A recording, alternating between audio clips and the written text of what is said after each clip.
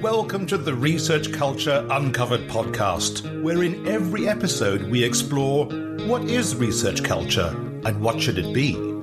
You'll hear thoughts and opinions from a range of contributors to help you change research culture into what you want it to be. Hi, I'm Heledd. If we haven't met yet, I'm a Research and Development Advisor at the University of Leeds. In my episodes, I'll be diving into all things PGR development and research supervision, exploring what really makes a great doctoral experience for both researchers and supervisors. I'm especially passionate about mentoring, coaching, and leadership in research, as well as the emotional side of the journey. Because let's be honest, research can be tough. So we'll be unpacking big topics like mental health, inclusivity, and what really helps researchers thrive. Today, I am delighted to be joined by Professor Stan Taylor, an Honorary Professor in the School of Education at Durham University. Stan, welcome to the podcast. Would you like to say a quick hello to our listeners? Hello, and thank you very much indeed for inviting me. For those who might not know, Stan is a leading expert in doctoral supervision, having facilitated workshops for supervisors at over 50 universities in the UK and internationally. His research and publications have shaped our understanding of supervision, including co-authoring a handbook for doctoral supervisors and co-editing Global Perspectives on Graduate and Doctoral Education, Doctoral Examinations, Exploring Practice Across the Globe, and The Making of Doctoral Supervisors. Stan is also the author of the UK Council for Graduate Education's Good Supervisory Practice Guide, and the driving force behind its supervisory recognition programme. His contributions to doctoral education have earned him honorary memberships with the Association of Professionals in Doctoral Education and the UK CGE, as well as recognition as a Principal Fellow of the Higher Education Academy and a Fellow of the Royal Society of Arts. Stan, it's fantastic to have you here today. And as our listeners might have guessed, today's episode is all about doctoral supervision, where it's headed, the challenges, and what great supervision really looks like. So let's dive in. Stan, doctoral supervision is continually evolving. What do you see as the biggest challenges supervisors face today, particularly in the UK research landscape? I think there are probably six altogether.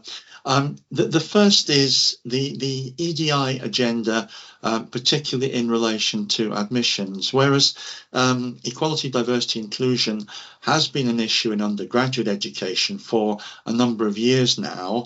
It's only really begun to get going in terms of research students, probably in the last 2 to 3 years. And what's been discovered is that there are some imbalances in the representation of particular groups, particularly minoritized ethnic and racial groups within the candidate population. And there are issues there for supervisors in terms of recruiting, in terms of selecting, and in terms of supporting candidates to get through on time. That's one big agenda.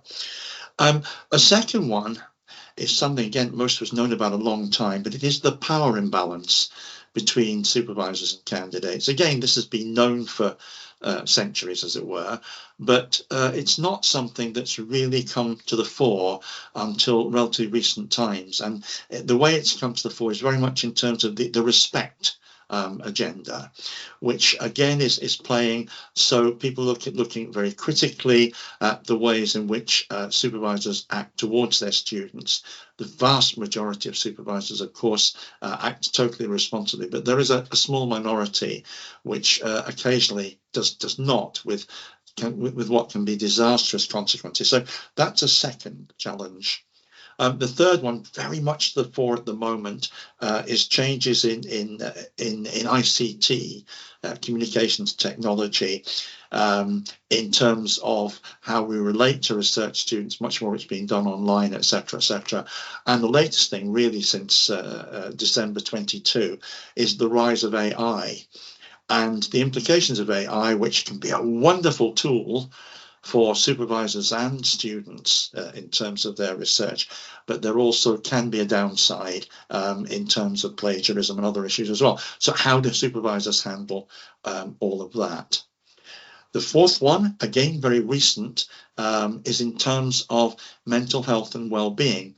There's been a plethora of studies literally over the last 7 years or so, which suggests that research students are much more likely than comparable groups of the population to suffer from both minor and major issues of mental health and well-being.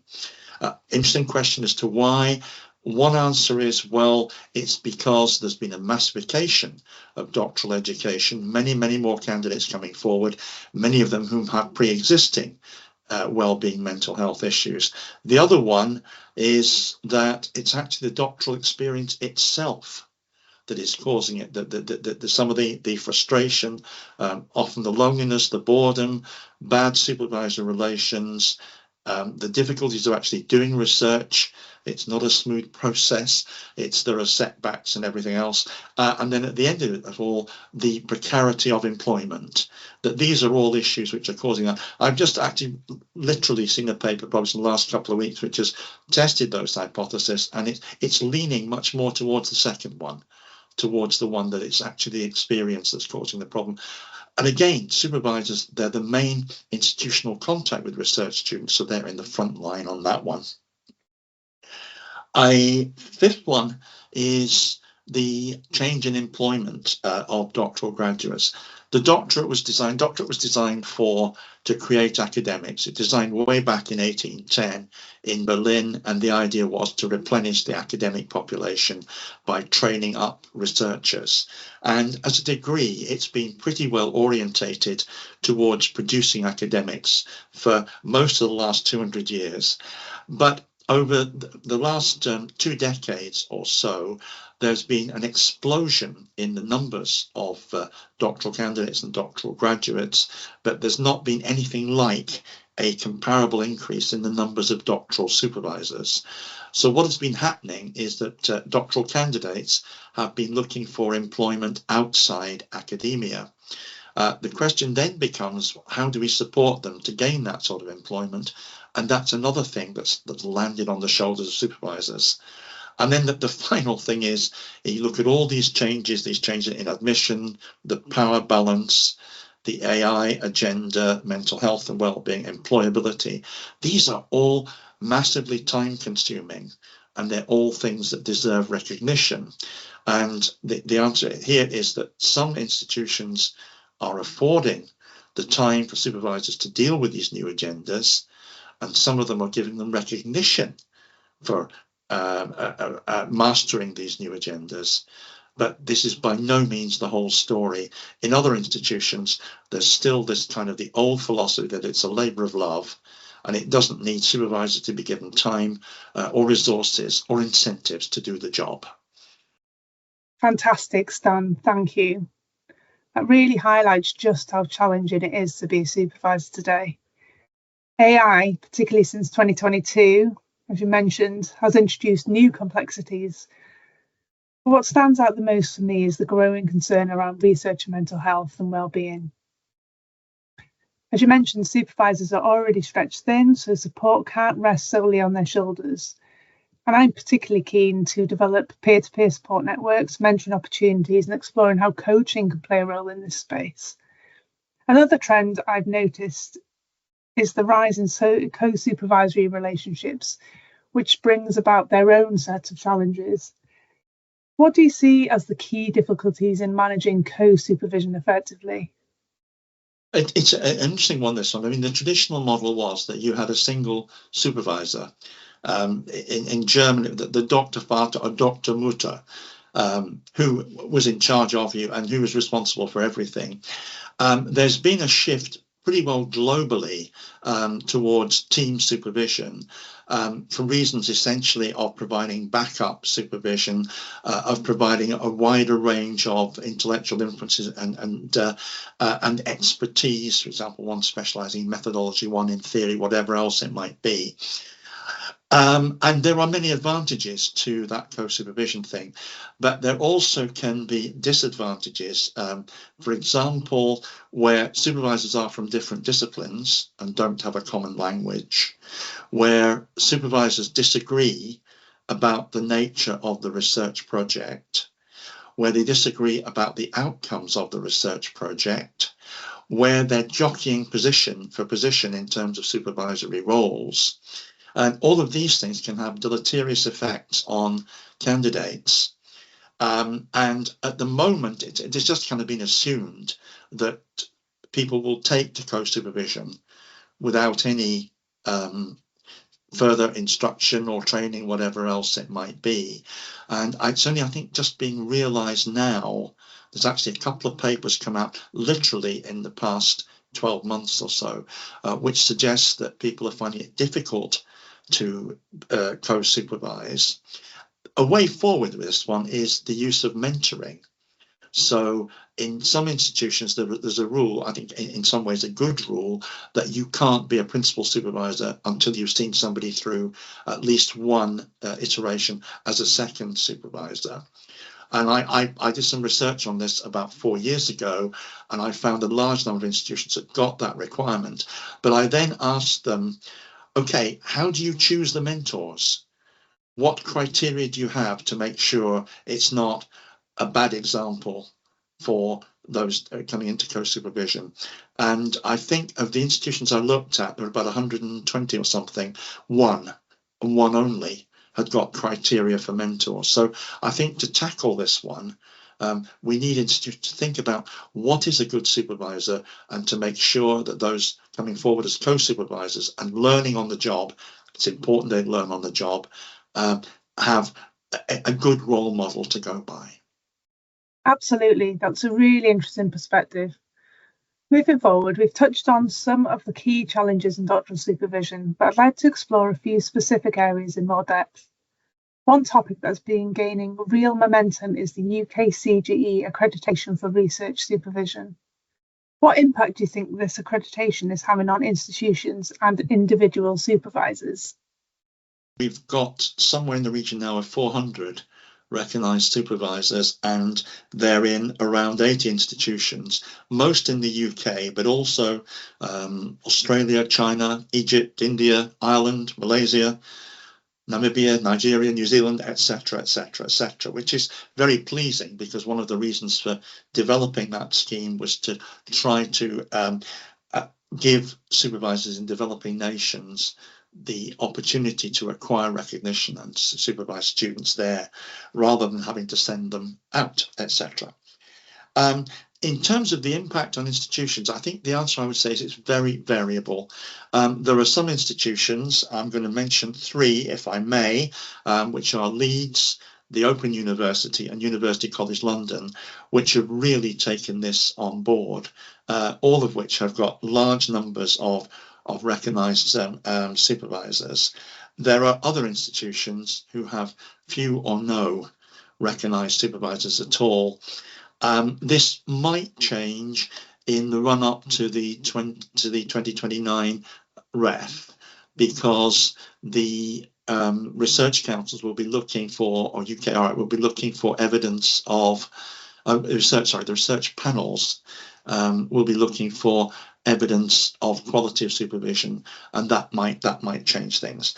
In terms of individuals, and this is really, really good, there is a lot of examples. CGE's got a lot of examples of supervisors who've written in and said the process of preparing my application has been really helpful to me.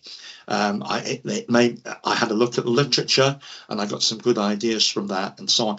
And I can say from the other side of it, I've assessed over 200 applications for recognition, that a large number of them, frankly, were publishable. Absolutely stunned by the amount of innovation and good practice that is available out there, so I think it's got a lot of potential. Absolutely, I'm a huge advocate for it. I went through the process myself as an associate supervisor, and I found it incredibly valuable. Taking the time to reflect on my own supervisory practice really helped me to identify areas for development, which was really enlightening. Now supporting others through the recognition process, I see the same thing happening, supervisors gaining new insights and evolving their approach. When people first encounter the application process, they may find it quite challenging because they don't necessarily taken the time to reflect on their practice before. But once they've engaged with it, they start seeing opportunities for improvement. And I've had associate supervisors come to me, review the application requirements, and then they realise they want to kind of enhance their practice first, whether by adopting new tools or engaging with literature or refining their approach. One thing that's been really, really beneficial is doing the supervisory observations.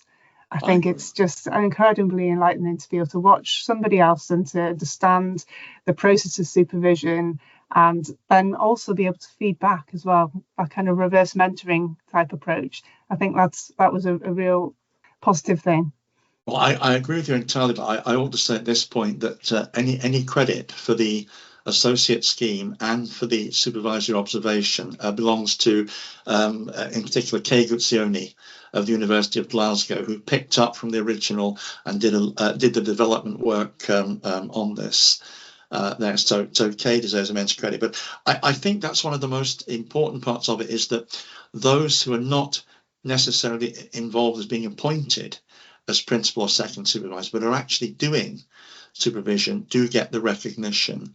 And I think that's very, very important, because they've had no recognition up until the present time.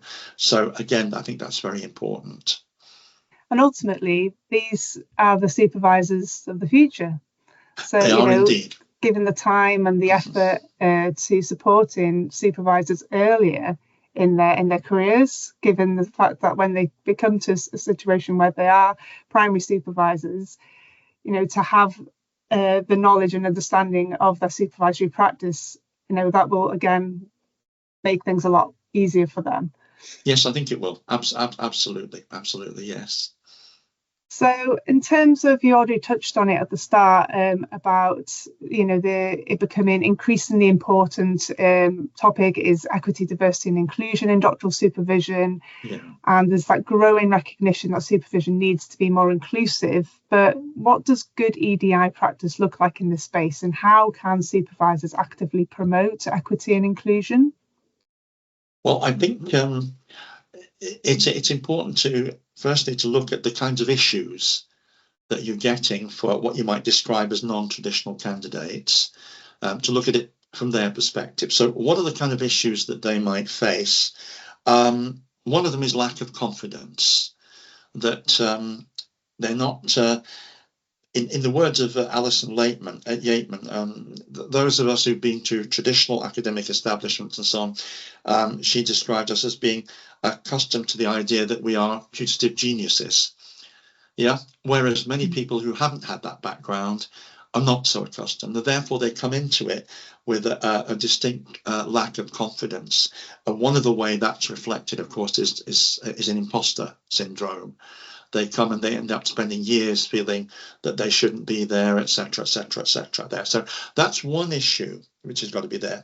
A second one is lack of role models, because the candidate population is very diverse, but the supervisor population really reflects the candidate population 25 years ago, and it's not nearly as diverse in terms of gender, in terms of race, ethnicity, disability, sexuality, or neurodiversity for that matter.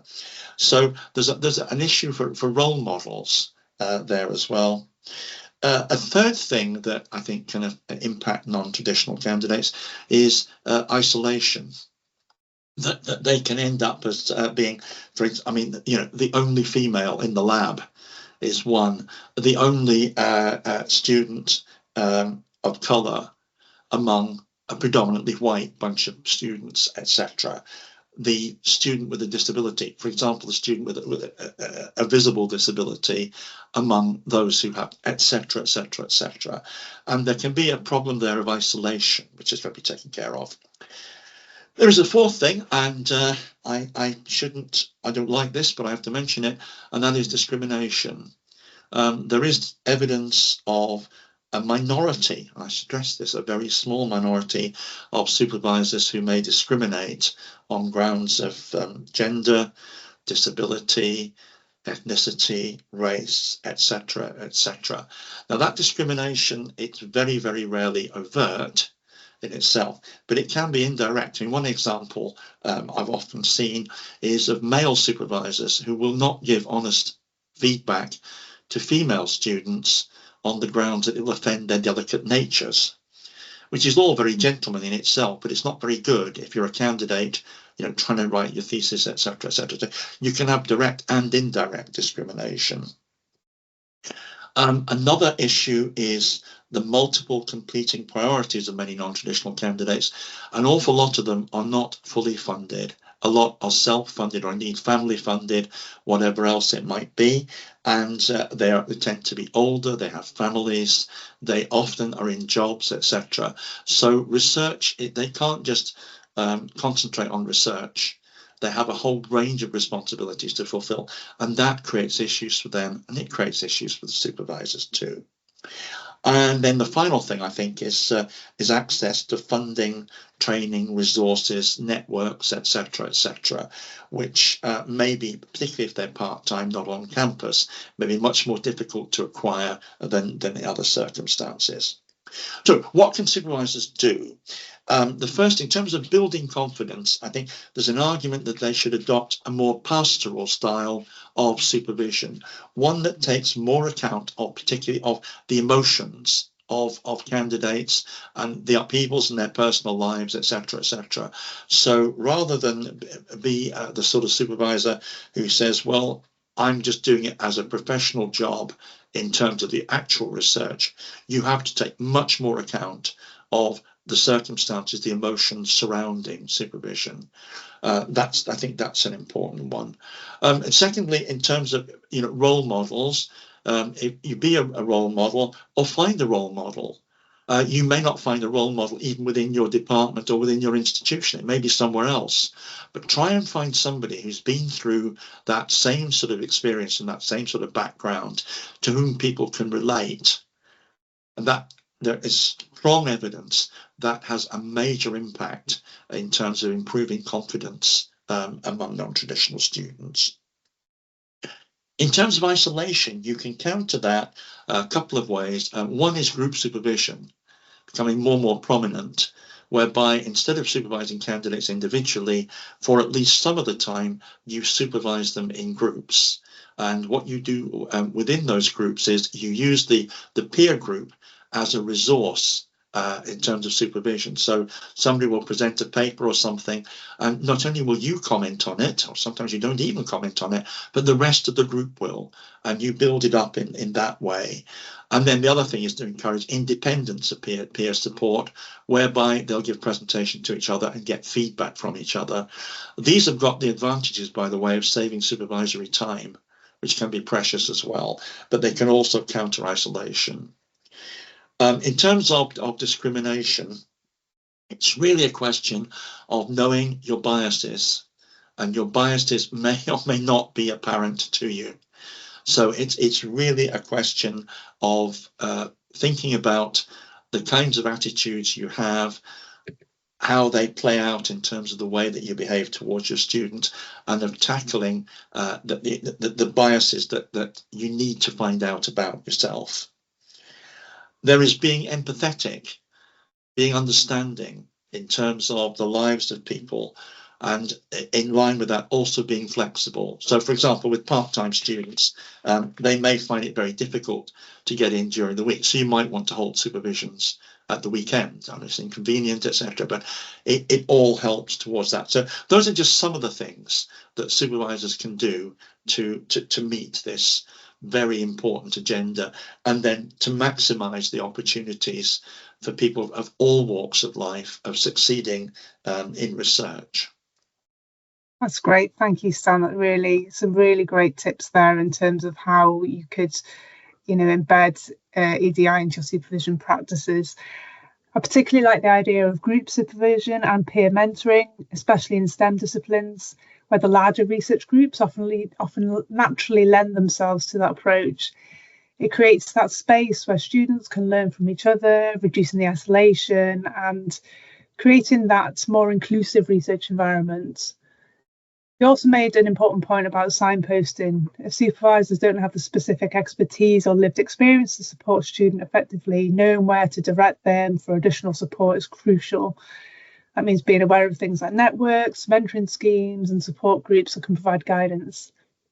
And yeah, absolutely knowing your biases. And I think that's where the reflective practice comes in, on your reflecting on your own kind of approaches and styles. And that's, I think, key to all of it, really, isn't it? Very much so. So in terms of, supervision, at its heart, it's the relationship between the supervisor and the researcher. So have you noticed shifts in what PhD researchers expect from their supervisors? And what do you think is actually driving some of these changes? Well, I have. I mean, the traditional model of supervisor-student was master-apprentice. And that goes back to the start of the doctorate, way back in the 13th century. It came out of guilds of masters and students, and there was a guild relationship between the supervisor as the master and the student as the apprentice. So one demonstrated, the other emulated. That was the kind of model, and that model lasted really until the back end of the 20th century. What has happened since is that neoliberal governments across the globe, we know they've been encouraging undergraduates to see themselves as consumers rather than as students.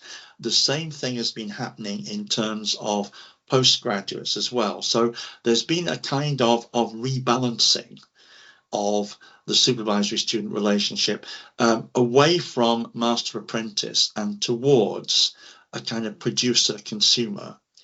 And that has led to a revolution in terms of expectations of supervisors.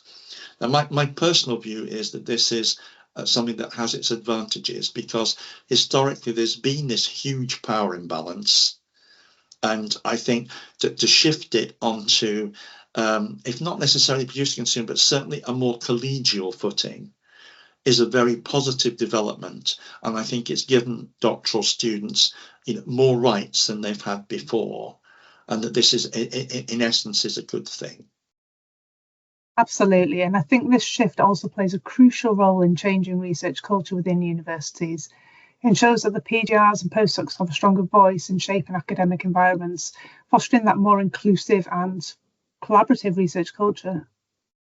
I totally agree. I mean, I remember, years ago, if things went wrong with a research student, this was an academic myself and so on, the conversation in the department was, well, they're not up to it. This is the highest level. They're clearly not up to it. And that was basically, it was a very arrogant assumption. A very arrogant assumption altogether. And I think it's much better now that people have got to think, well, there are a whole possible range of reasons why people are in difficulties, including me as a supervisor not getting matters right as well. And I think that's a positive development. Absolutely. So looking ahead, how do you see doctoral supervision evolving over the next decade? Are there any emerging models or innovations we should be paying attention to? I think the biggest change going on at the moment is the change from the view of doctoral research as basically curiosity-based research, and let's look into it because we're interested in it, we think this, that, and the other, and anything in terms of practical outcomes is almost serendipity. There's a much more shift towards what you might describe as a utilitarian view of doctoral education. So doctoral education is increasingly being seen as a driver for economic growth through technical change, etc., etc.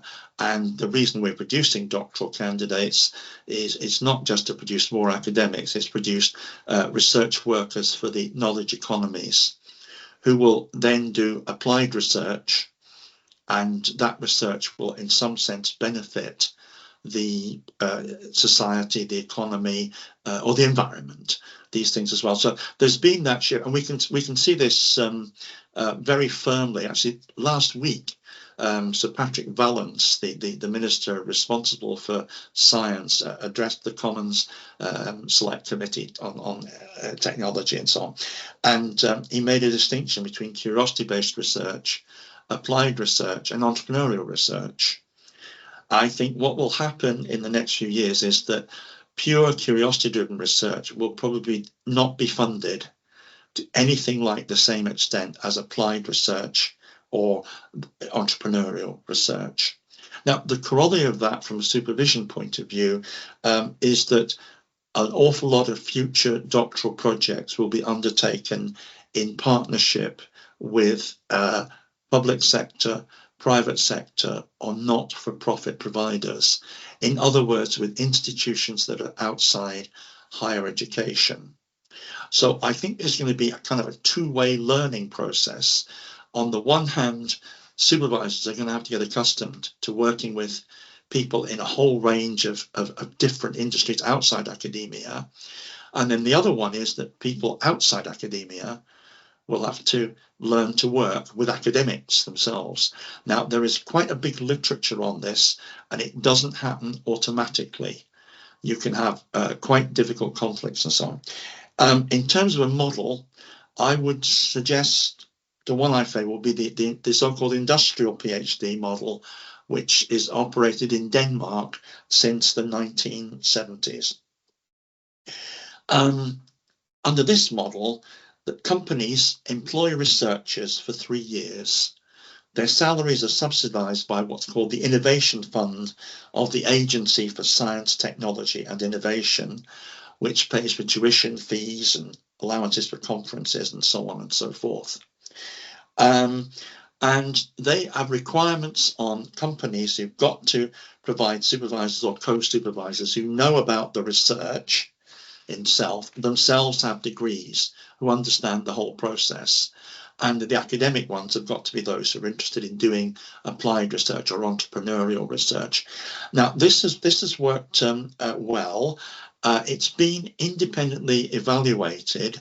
It's been found that those who do these PhDs tend to earn far more than other people outside academia, but more importantly, that the companies that innovate, so the companies they work for, are more likely to innovate, have patents, and all the rest of it. And I think that's going to be one model of the future. There's a fairly similar one in Sweden as well. I think that's the way the whole thing's going. So for me, the big future challenge for supervisors is how they relate to people outside academia.